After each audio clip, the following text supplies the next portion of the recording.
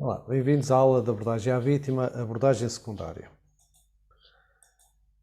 O objetivo da aula, então, é definir os critérios que estão protagonizados para a abordagem secundária do doente, descrever os procedimentos a adotar em cada um dos passos, os sinais vitais e a recolha da informação, portanto, o processo que está associado à recolha da informação clínica.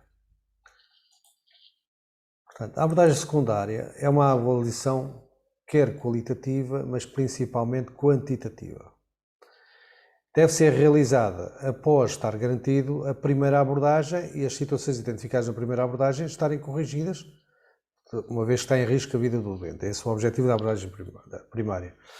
Na abordagem secundária, nós vamos identificar aquilo que passou despercebido na abordagem primária ou não foi identificado e vamos aumentar o rigor dessa avaliação, incluindo aqui mais uma série de fatores a ponderar. Portanto, é uma repetição na prática do ABCDE, portanto, e será sempre assim que o processo irá decorrer, agora sim introduzido parâmetros e valores qualitativos e quantitativos. Na execução tem que estar garantida a confidencialidade dos dados recolhidos e a privacidade do doente, portanto, ou seja, quando falarmos da recolha de informação, esta deve ser feita com o doente, não deve ser comentada com os familiares e quando é feita aos familiares, não deve ser feita na presença do doente, ou pelo menos evitar que o doente tenha acesso a dados que possam contribuir para aumentar a sua ansiedade, ou seja, outros processos que possam ser mais prejudiciais do que benéficos. Incorpora a avaliação dos sinais vitais e a recolha da informação clínica. Toda a informação recolhida deve ser registada. Portanto, não esquecer este pormenor, portanto, quer por meios informáticos, quer em papel, deve estar sempre registada. Portanto, vamos começar então pelos sinais vitais. Os sinais vitais são 5, corresponde à ventilação, ao pulso, à pressão arterial, à temperatura e à dor. A dor é o quinto sinal vital que foi acrescentado. E consiste essencialmente em avaliar parâmetros, ou seja, quantificar estes parâmetros. Ou há outros parâmetros complementares, que é o caso da glicemia e da SpO2, que apesar de não serem sinais vitais, estes vão contribuir para a avaliação clínica do doente e podem ser determinantes, mas não são sinais vitais. Olhando a parte respiratória, portanto, seguindo o princípio do ABCDE, portanto, nós verificamos que na abordagem primária a nossa preocupação foi identificar ruídos respiratórios. Portanto, o mesmo vai acontecer aqui. Podemos ter ruídos respiratórios audíveis, como já falamos na abordagem primária, ou ruídos que só são identificados auscultando o tórax ao doente. Portanto, não é numa abordagem primária que vamos nos preocupar com esta auscultação, mas numa abordagem secundária isto já poderá ter que ser feito. Em relação à respiração em si, ao processo ventilatório, portanto, não esquecer que um ciclo ventilatório é composto por inspiração e expiração. Vamos escolher o movimento de expansão torácica. Vamos começar por avaliar a sua frequência, ou seja, qual é o intervalo entre cada ciclo num minuto e que a frequência considerada normal para um adulto estará compreendida entre os 12 a 20 ciclos. Lembrar que nas crianças a frequência é mais elevada. Por exemplo, num recém-nascido pode chegar aos 40 ciclos por minuto, 50. No adulto andará entre os 12 e os 20. De qualquer das formas, estes são os valores compreendidos normais para um indivíduo consciente e saudável. Podemos ter valores mínimos, é o caso de uma bradipneia, ou de uma respiração em repouso, em que o doente vai até aos 10 ciclos, 8, 10 ciclos, não é problema nenhum, portanto, ele consegue fazer aqui uma boa frequência respiratória, garantir o processo de oxigenação, ou em esforço que pode ir até aos 29 ciclos, 30 ciclos.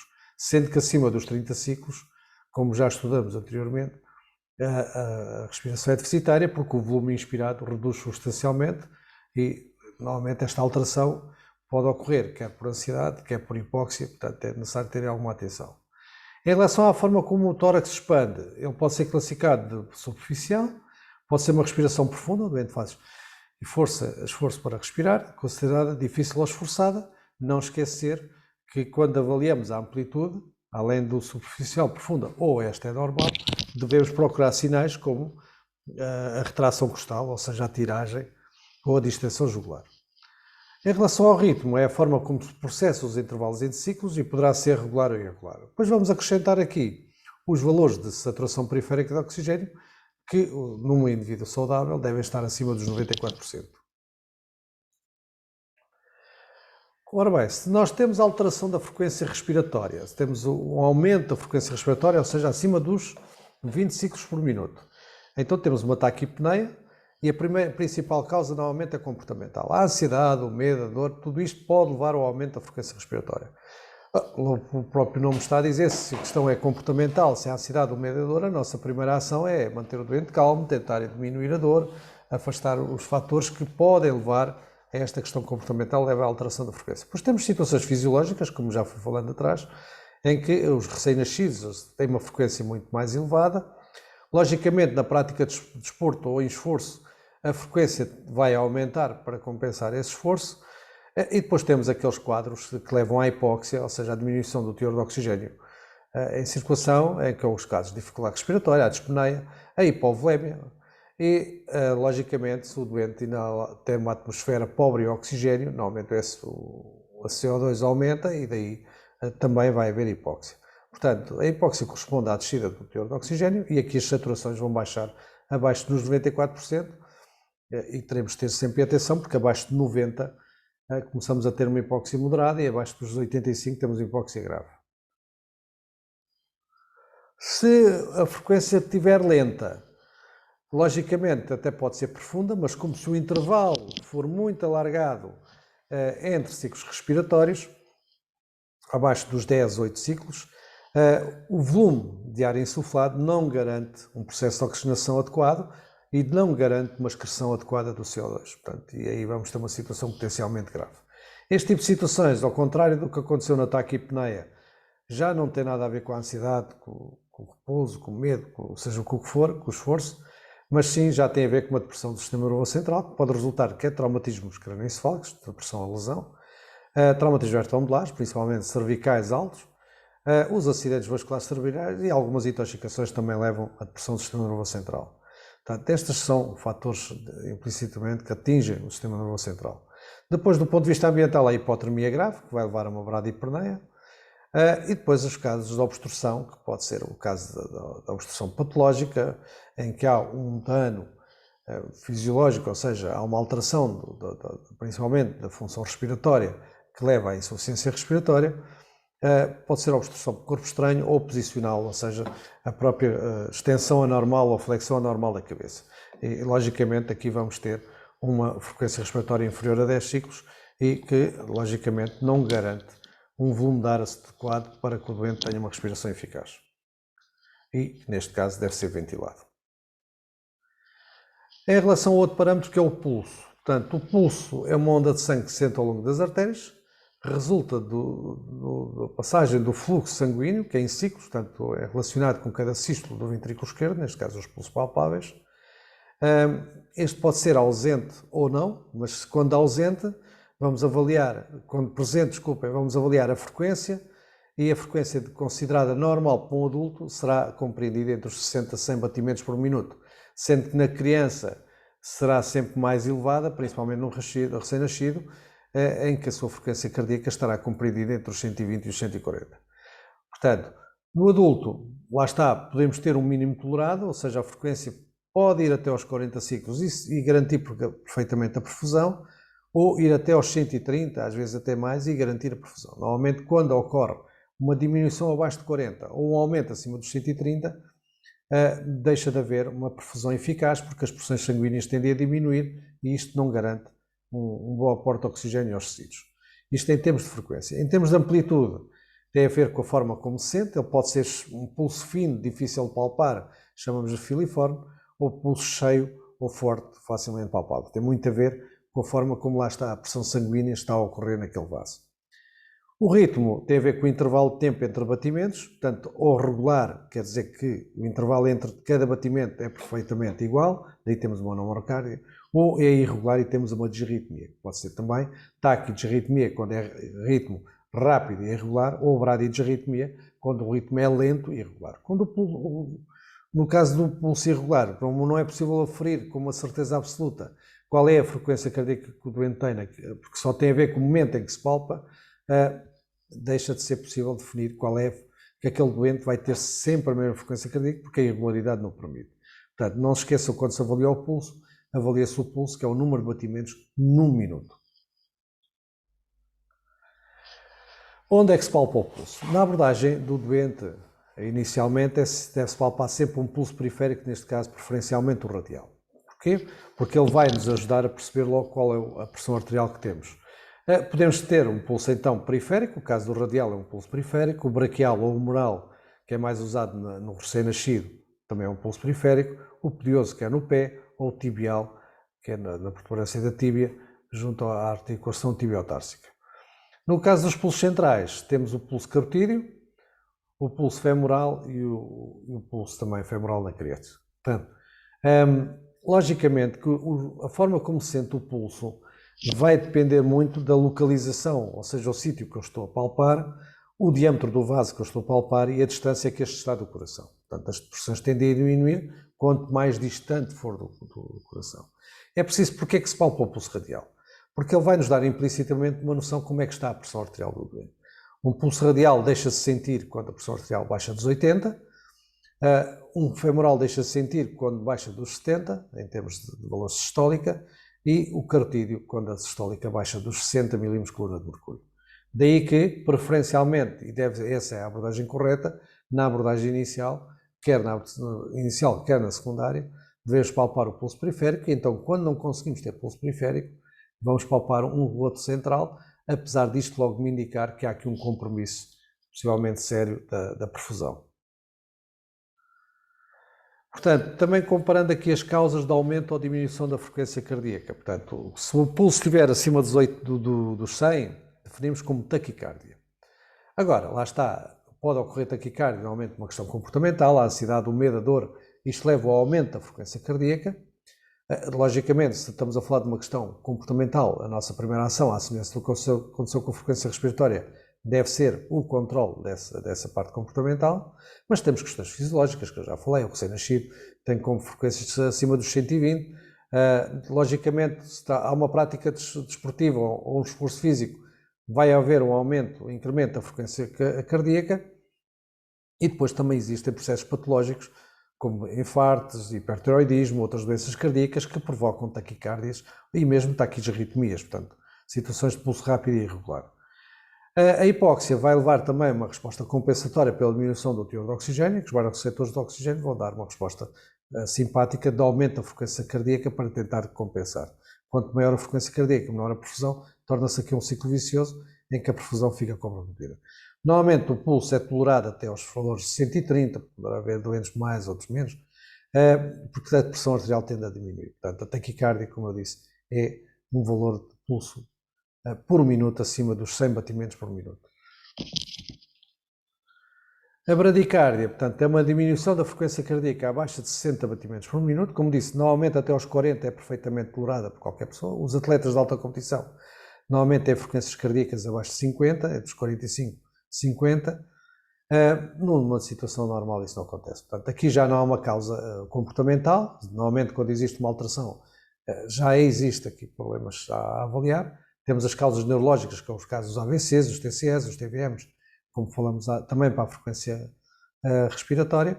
Temos causas fisiológicas, como eu acabei de falar, dos atletas de alta competição, em que o treino continuar leva a frequências mais lentas. Porquê? Porque na carga de maior esforço a frequência tende a não ultrapassar os valores normais. Causas ambientais, o caso da hipotermia grave, também vai levar a uma diminuição da frequência cardíaca. E depois os infartos, as doenças cardíacas, o hipotiroidismo, neste caso, também podem dar origem a frequências cardíacas mais lentas. A hipóxia, neste caso a anóxia, quando acaba o oxigênio, deixa de haver capacidade de contratilidade, portanto, e a frequência cardíaca vai cair substancialmente. Normalmente isto acontece mais nas crianças, porque as crianças não têm uma resposta simpática adequada e não vão conseguir compensar a hipóxia. No adulto, normalmente, a hipóxia vai levar à taquicardia e depois então existe a falência cardíaca a seguir. Em alguns casos pode levar à bradicardia.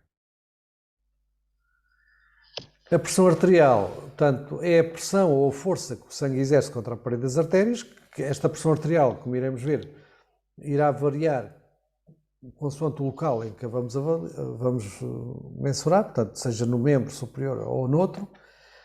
Os valores ditos de referência para um adulto estarão compreendidos para a sistólica entre os 100 e os 140 milímetros de coluna de mercúrio, para a diastólica entre os 60 e os 90 milímetros de mercúrio. Deve-se utilizar um esfigmomanómetro aneroide ou um monitor de parâmetros vitais certificado. Não se deve utilizar aqui equipamentos de uso corriqueiro doméstico, porque estes não estão preparados para uma atividade como é a atividade pré-hospitalar e podem dar valores errados e induzir em erro. Portanto, para avaliar a pressão arterial é fundamental que o doente esteja em repouso, sentado ou deitado. Portanto, o braço deve estar, que vai ser usado para medir a pressão arterial, e para a emergência a diferença obtida entre o lado direito e o lado esquerdo é insignificante, portanto pode-se optar por um ou por outro, aquele que tiver acessível. Deve estar apoiado. A braçadeira ou a manga de insuflação, o manguito, deve estar no terço médio do braço, portanto, e lembrar que o membro superior tem braço, antebraço e mão, portanto será no braço, na parte superior.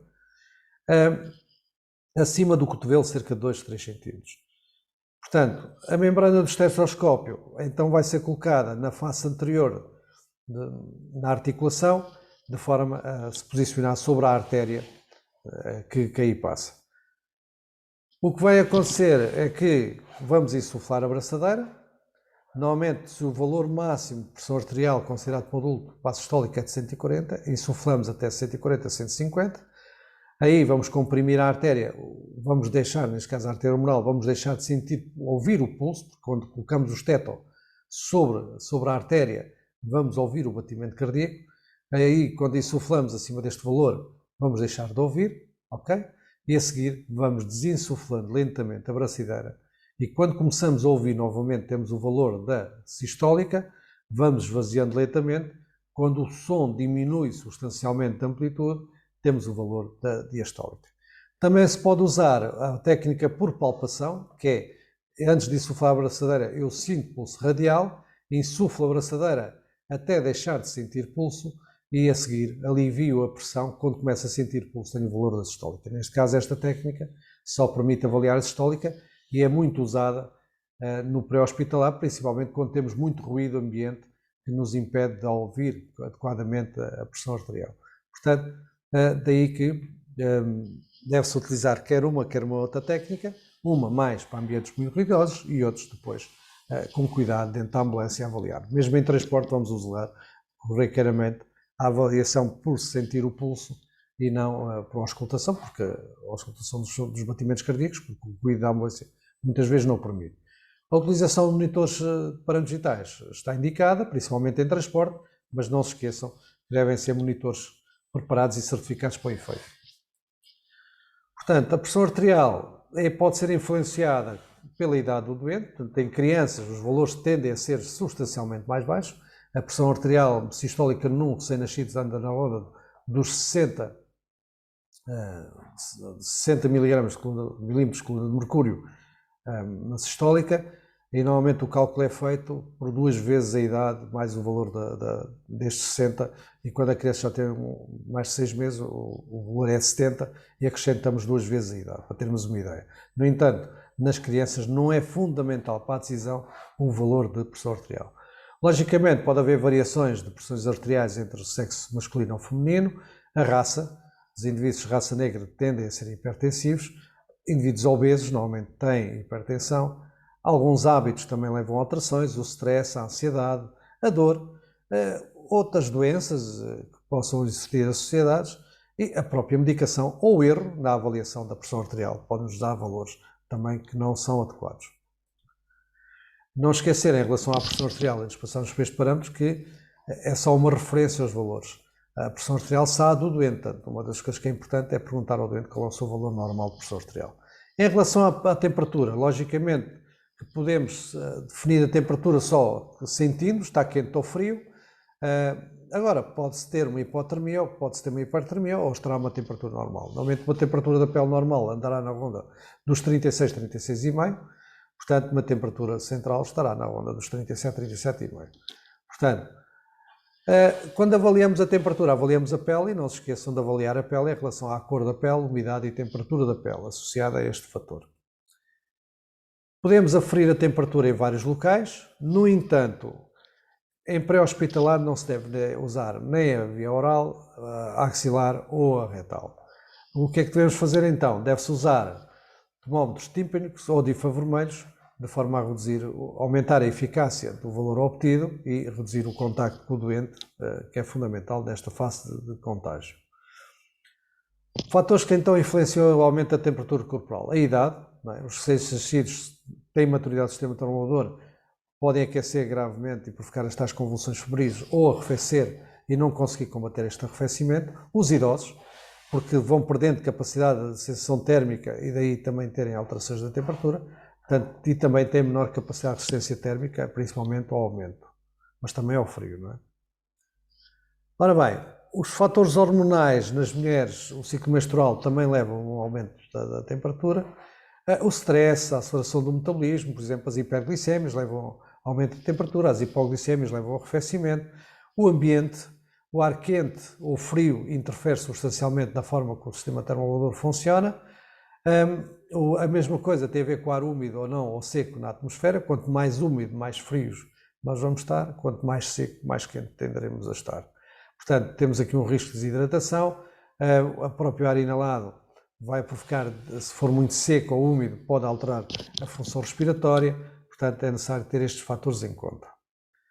Portanto, nós podemos considerar uma hipertermia quando a temperatura está acima dos 37 graus e meio, pois principalmente nos 38, até aos 41 graus.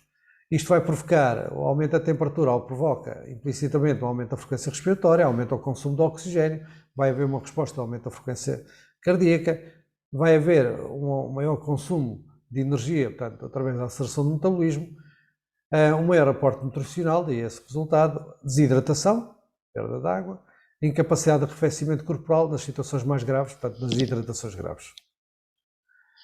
Portanto, a febre em si resulta no aumento de um processo inflamatório que está associado, que provoca, desencadeia a febre, portanto, há uma produção excessiva de calor. Se não for controlado, pode levar à incapacidade de um mecanismo de perda e então podemos evoluir para situações mais graves.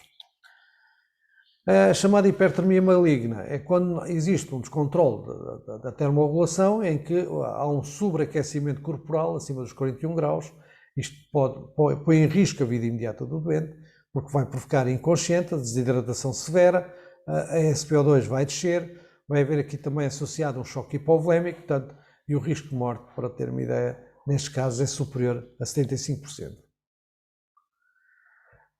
O oposto, que é a hipotermia, que é um arrefecimento anormal do corpo, o que nos interessa é a hipotermia grave, não é? Portanto, uma hipotermia leve anda na casa dos 35 até aos 33. Normalmente aqui o centro termorregulador tenta responder aumentando os tremores, fazendo o doente se mexer. Vai haver um aumento da frequência respiratória, um aumento da frequência cardíaca em relação a esta resposta, até que, quando chega aos 33 graus, deixa de haver a sensação de frio e estes sinais cessam. A partir daqui é muito grave, porquê? Porque começa a haver alteração da consciência, normalmente instala-se uma sonolência. Pode haver aqui, nesta fase inicial da hipotermia grave, um efeito sensitivo de hipertermia do corpo, portanto é uma resposta fisiológica à hipotermia, em que o doente inclusive despe-se, porque há aqui um processo de inversão da sensação térmica em que ele sente calor excessivo e então despe, no entanto, já está em hipotermia. Portanto, acontece em alguns casos, encontram-se vítimas mortais por hipotermia, em que estão completamente despidas e muitas vezes associam isto a quadros de violação e não sei o que não. Foi uma resposta fisiológica que provocou este efeito. Portanto, é uma questão que tem que ser bem ponderada. Portanto, mas vai haver alteração da consciência, sonolência, essa sonolência vai aumentando até que o doente deixa de responder e a partir daqui o metabolismo desacelera, portanto torna-se mais lento, a frequência cardíaca e a frequência respiratória vão diminuir, mas o consumo de oxigênio continua e o incremento de CO2 no corpo aumenta, só que a função respiratória não vai responder. Até que o ritmo torna-se instável, fibrilha e o doente morre se nada for feito. Portanto, uma hipotermia grave, com temperaturas corporais abaixo dos 30 graus, e aqui a monitorização deve ser feita por um termómetro retal, de preferência, porque interessa-nos é medir a temperatura central. Temos então uma diminuição da atividade metabólica, diminuição da atividade neural, letargia numa fase inicial, ou seja, sonolência, pensamento mais lento, etc. Perda da função termomolador, portanto, o corpo deixa de ter capacidade de produção de calor, porque o metabolismo desacelerou. Vai haver vasoconstrição periférica, disfunção das células renais, uma diurese fria, ou seja, a urina é quente, passa a ser uma diurese fria, ou seja, a urina passa a sair fria. Vai haver uma alteração da regulação da dinâmica vascular por diminuição da produção de vasopressina, alteração da permeabilidade vascular, ou seja, os vasos começam a transvasar líquidos para o espaço intersticial e vamos ter hipovolemia. Portanto, respostas em termos de parâmetros, vamos ter uma bradipneia, uma bradicardia, uma cianose, incapacidade de excreção de CO2 e incapacidade de utilização adequada do oxigênio. Portanto, administrar oxigênio a um doente em hipotermia não adianta se não incrementarmos o aquecimento corporal. Eu chamo a atenção que no combate à hipotermia, envolver o doente só na manta isotérmica não é suficiente, nestes casos de hipotermia grave. Tem que se colocar sempre fontes de calor para criar um ciclo de recuperação de calor e daí inverter o processo.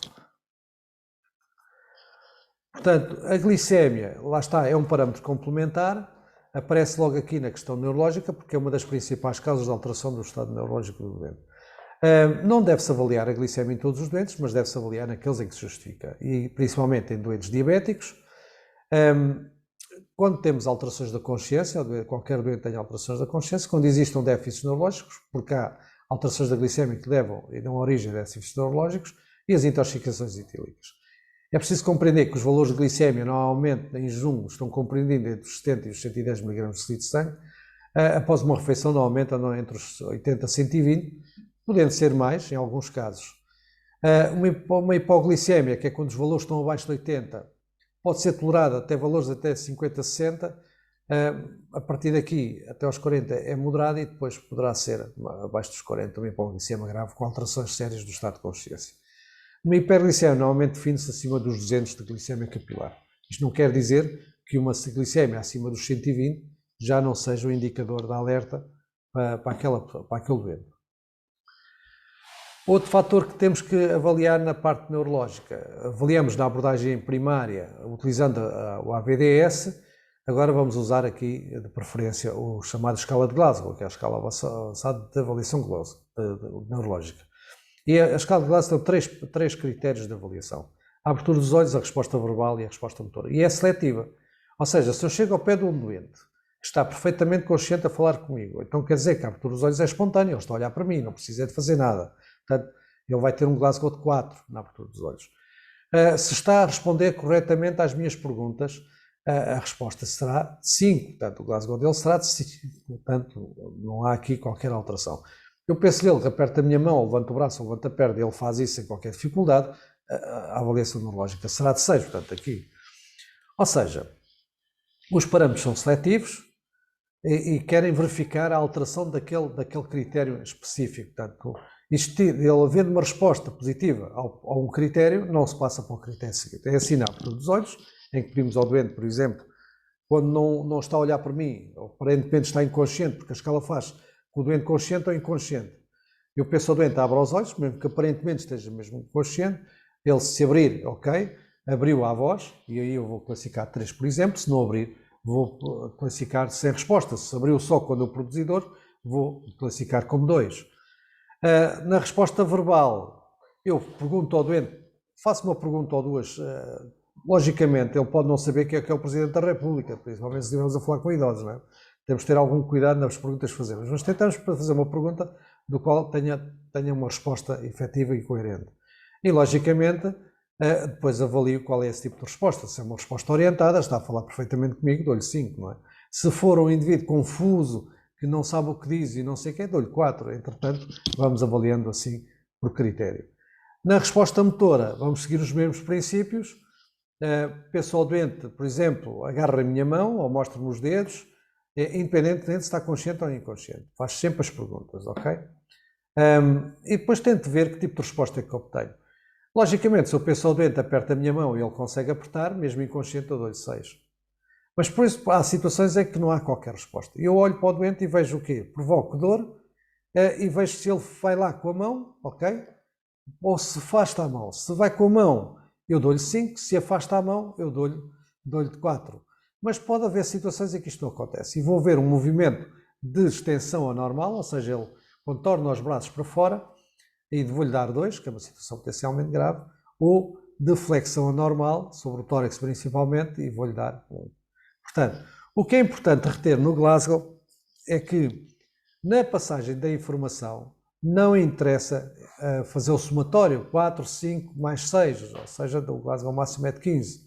Não é isso que me interessa. O que me interessa é, quando eu estou a fazer transmissão de dados, eu dizer, ok, até ao Glasgow, na abertura dos olhos, ele teve uma resposta espontânea, a resposta verbal é orientada e a resposta motora ele obedece a ordens. Isto é o que deve ser dito na transmissão dos dados, ou, logicamente, é este exemplo, seguindo outras alterações que vocês identificam. Outro parâmetro que é a dor. Em relação à dor, sempre que existe a dor, temos que a avaliar. A primeira questão da avaliação da dor é onde é que ela é, pedir ao doente que identifique onde a dor, não devemos induzir a resposta. Eu não vou perguntar ao doente se lhe dói o peito, ou se lhe dói o tórax, que ele não percebe, não é? Eu pergunto-lhe ele onde é que dói. Como é que esta dor se iniciou, o que é que ele estava a fazer, há quanto tempo é que se iniciou, pode não ser uma dor recente, se houve mais do que um episódio, quando é que se iniciou, como é que ela é, já vamos ver a intensidade, se a dor é localizada ou se vai para algum lado, e que fatores de agravamento é que existem, ou que fatores de alívio é que existem.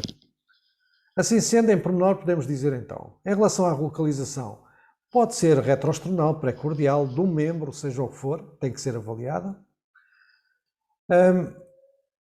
Em relação à forma como se iniciou, o que é que o doente estava a fazer, por exemplo? Estava em esforço, estava a carregar umas coisas, ou não? Ou, por exemplo, em repouso, principalmente se o doente acorda com a dor, ou devido à dor. Se houve fatores de ansiedade, de emoções associadas e que provocaram a dor após esse episódio. Quando é que se iniciou? Portanto, atenção que pode ter havido episódios anteriores em que, entretanto, a dor desapareceu e voltou. É preciso ter atenção se isso aconteceu e perguntar isso ao doente. Se há alterações do quadro inicial para a situação atual.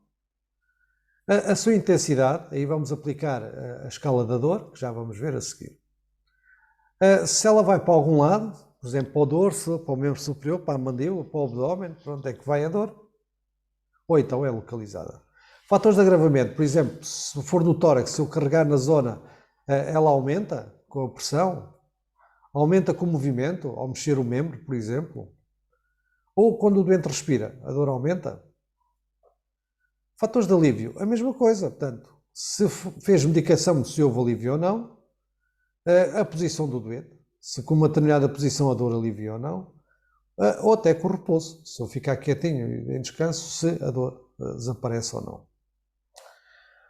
É fundamental perceber que a dor, em relação à intensidade, e agora utilizando aqui a questão das escalas de dor, pode ser definida por várias formas, porque a dor, nós temos que pensar que é um sintoma subjetivo. Um sintoma depende da forma como o doente o sente e o descreve.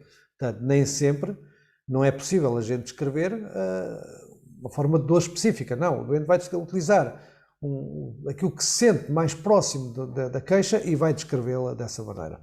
E assim pode haver desde desconforto, mal-estar, sensação de não estou bem, etc, etc. Portanto, é preciso ter algum cuidado nesta caracterização da dor.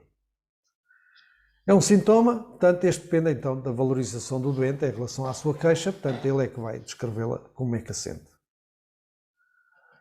Podemos usar várias escalas. Temos a escala analógica, em que traçamos uma linha, por exemplo, num papel, e pedimos um lado sem dor, um lado é a dor máxima, e pedimos ao doente que marque onde é que aproxima a sua dor, da dor máxima ou de sem dor.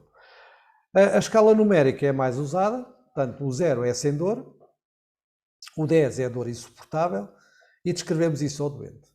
Ou seja, eu vou-lhe pedir que de 1 a 10 me caracterize a sua dor, sendo que se não tiver dor não tem, é 0. Se tem uma dor muito levezinha, é 1. Se a pior dor que sente agora é 10. Portanto, e o doente indica qual é o valor que dá à sua dor. Portanto, poderemos comparar a escala numérica com a escala qualitativa, sem dúvida nenhuma. Portanto, e é a mesma coisa, podemos ter isto em termos de cábula e pedir ao doente que indique. Portanto, uma dor de desconforto máximo, que será o equivalente a 8 a 10, e uma escala sem dor é 0, dor ligeira, portanto, 1, 2, por exemplo. Logicamente que existe também a escala de faces, que cruzando com a escala qualitativa e quantitativa, a escala numérica, podemos enquadrar aqui um parâmetro. Apesar da escala de faces só existem 5 faces, não é? E muitas vezes é pedir ao doente que indique para si qual é a expressão que mais se adequa ao seu sentimento em relação à dor que está a sentir, e é essa dor que vai ser valorizada. As escalas têm que ter sempre algumas regras implícitas. Portanto, a intensidade da dor é sempre referida pelo doente. Portanto, não somos nós que imaginamos qual é a dor que ele tem. Cada pessoa vai percepcionar a dor de forma diferente e isso tem que ser valorizado. Não nos interessa o doente que maximiza a dor. O maximizar a dor não tem problema nenhum. O problema é o doente que, por vários motivos, pode minimizar a queixa e não dar um valor adequado à queixa. Não interessa, é a forma como ele a classificou. No entanto, nós devemos estar com atenção à expressão de sofrimento do doente, o que é que ele está a sentir em parte. À semelhança dos sinais vitais, o valor é para ser registado na respectiva ficha clínica. As escalas propostas somente devem ser usadas em crianças acima dos 3 anos de idade. Ou seja, a partir dos 3 anos de idade. Abaixo disso, não estão validadas. Portanto, quando nós usamos um tipo de escala na avaliação da dor, vamos usar sempre esse tipo de escala até ao fim. Okay? Tenham em consideração, então, para uma correta avaliação da intensidade da dor é necessária perguntas simples, formas simples de explicar o processo para que o doente compreenda, e pensam sempre ao doente e perguntem sempre se ele compreendeu o que lhe estão a pedir. É fundamental, então, esta compreensão e o que é que ele tem que fazer para eu ter a certeza que me está a dar um valor o mais fidedigno possível. Outra questão do exame secundário, da observação secundária, será o exame físico. Corresponde à exposição. Já falamos isso na abordagem primária. Eu faço sempre o exame físico sumário na abordagem primária para saber como é que mexe o doente. Agora sim, em ambiente controlado, devemos fazer uma avaliação mais cuidada, mais rigorosa, com exposição necessária, e repetir o exame, da mesma forma como falamos na abordagem primária, em trauma, seguindo uma ordem da cabeça para os pés, mantendo a estabilização cervical devido ao risco de lesão cervical e o que é que ela implica, e logicamente, em simultâneo também, procurar outros déficits, principalmente que me ajudem a complementar a avaliação neurológica, como as parestesias, as hemiplegias, etc. E também, do ponto de vista circulatório, não se esqueçam de verificar sempre os pulsos na extremidade e o estado da extremidade. Depois deste processo em conjunto ou em separado, vamos efetuar a recolha então da informação clínica. Consiste em quê? Consiste em fazer um conjunto de perguntas ao doente e registar essa informação por ordem. Vamos usar aqui uma mnemónica, que é o SHAMU, em que o C corresponde às circunstâncias, que eu vou tentar fazer a descrição do que é que aconteceu, daquela queixa e como é que ela surgiu e o que é que aconteceu para que aquela queixa surgisse, que são as circunstâncias daquele incidente. Os antecedentes, a história clínica anterior do doente, portanto, o seu passado clínico, que histórias aqui há, se há algumas idas aos hospitais, quais os motivos, há quanto tempo é que foi, tudo isso deve ser recolhido. Se há ou não alergias conhecidas, portanto, e registar. A medicação que o doente faz, tendo aqui o cuidado de perguntar ao doente qual é a medicação atual, principalmente quando lidamos com idosos que eles guardam os medicamentos todos, perguntamos qual é a medicação atual e esta medicação deve acompanhar o doente ao hospital. E, por fim, a última refeição, quando é que comeu, como é que foi essa refeição? Se foi uma refeição ligeira, se foi uma refeição mais acentuada, se houve ingestão ou não de bebidas de álcool, o que é que temos aqui? A última refeição é importante porque pode nos ajudar a perceber os acontecimentos e também se nós temos um indivíduo que comeu recentemente e tem um quadro clínico com algum cuidado, um estômago cheio, o risco de vómito é maior. Portanto, daí termos algum cuidado neste fator. Portanto, fazer perguntas simples, claras e objetivas. Não fazer perguntas de assuntos que não nos interessam, não vão contribuir nada para a decisão clínica do doente. Portanto, vamos fazer as perguntas objetivas, claras, compreensíveis pelo doente e de forma a obter também respostas efetivas. Logicamente, existindo familiares, os familiares são uma fonte de informação. No entanto, ter cuidado quando se está a interrogar familiares junto ao doente, porque quer eles podem dar informações que o doente pode não querer que se dê, quer o doente também pode omitir informações e que os familiares nos podem dar. Portanto, este interrogatório aos familiares, de preferência, deve ser afastado do doente. Portanto, a abordagem do doente na abordagem secundária segue a mesma metodologia do ABCDE, logicamente com o aumento do rigor da avaliação e o registro dessa informação clínica. Portanto, ela é quantitativa e qualitativa em simultâneo, mas só tem valor se for registada e se for transmitida. Lembrar que são vocês que são os olhos e as mãos dos médicos, portanto, se não perguntarem, não sabem. E a ausência de um determinado dado pode ser determinante para a evolução do quadro clínico do doente, quer de uma forma, principalmente, negativamente, e daí ter que haver aqui algum cuidado e algum rigor nesta avaliação da informação clínica. Ora bem, deve ser registado, para isso deve utilizar o verbete de socorro que está disponível, ou utilizar os meios informáticos que estão disponíveis, tem lá os campos todos necessários. Não esquecer que os parâmetros vitais devem ser avaliados no mínimo 3 vezes, quando vocês chegam junto ao doente, quando ele entra dentro da ambulância e pelo menos uma vez antes de ele sair da ambulância, antes de o entregar no hospital. A informação clínica deve ser transmitida ao profissional de saúde que recebe o doente, obrigatoriamente. Portanto, tenham sempre esse cuidado. Quando fazem a transmissão de dados ao CODU, o processo de transmissão é o mesmo que utilizarem no hospital, portanto, essa informação clínica deve ser transmitida por ordem completa, com rigor. Em resumo, a abordagem secundária é realizada após a abordagem primária, tem como objetivos identificar as situações que possam passar despercebidas e que podem pôr em risco a vida do doente, ter uma avaliação qualitativa e quantitativa dos sinais vitais, mas não só, fazer uma recolha de informação clínica organizada e completa, verificar se os procedimentos que foram utilizados anteriormente estão a ser eficazes e se precisam ser corrigidos ou se precisam ser melhorados, não é? Neste caso.